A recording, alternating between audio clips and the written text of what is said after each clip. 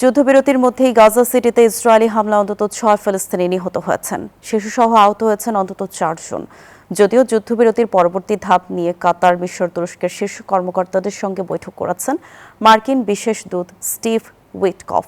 এছাড়া কায়রোতে বৈঠক করেন মিশর ও রাশিয়ার পররাষ্ট্রমন্ত্রী।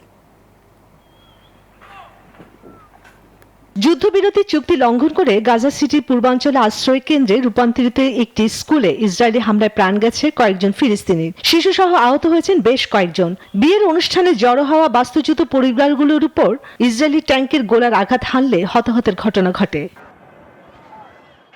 এদিকে পূর্ব জেরুজালেমে হাজার হাজার নতুন ইহুদি বসতির অনুমোদনের নিন্দা জানিয়েছে হামাস। সংগঠনটি বলছে এটি অবৈধ দখলদারিত্ব জোরদারের পাশাপাশি জেরুজালেমের রূপ পরিবর্তনের পরিকল্পনার অংশ।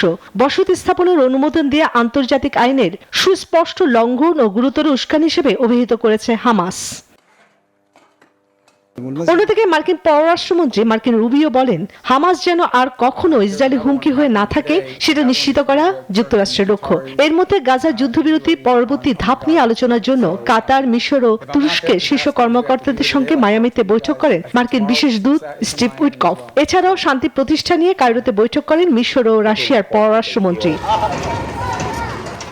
ইউনিসেফের পর্যবেক্ষক সংস্থার মুখপাত্র রিকার্ডো পাইরেস বলেছেন, গাজায় এখন আর আনুষ্ঠানিকভাবে দুর্ভিক্ষ নেই। যুদ্ধবিরতির পর খাদ্য ও ত্রাণ প্রবেশ কিছুটা বাড়ায় পরিস্থিতি উন্নতি হয়েছে।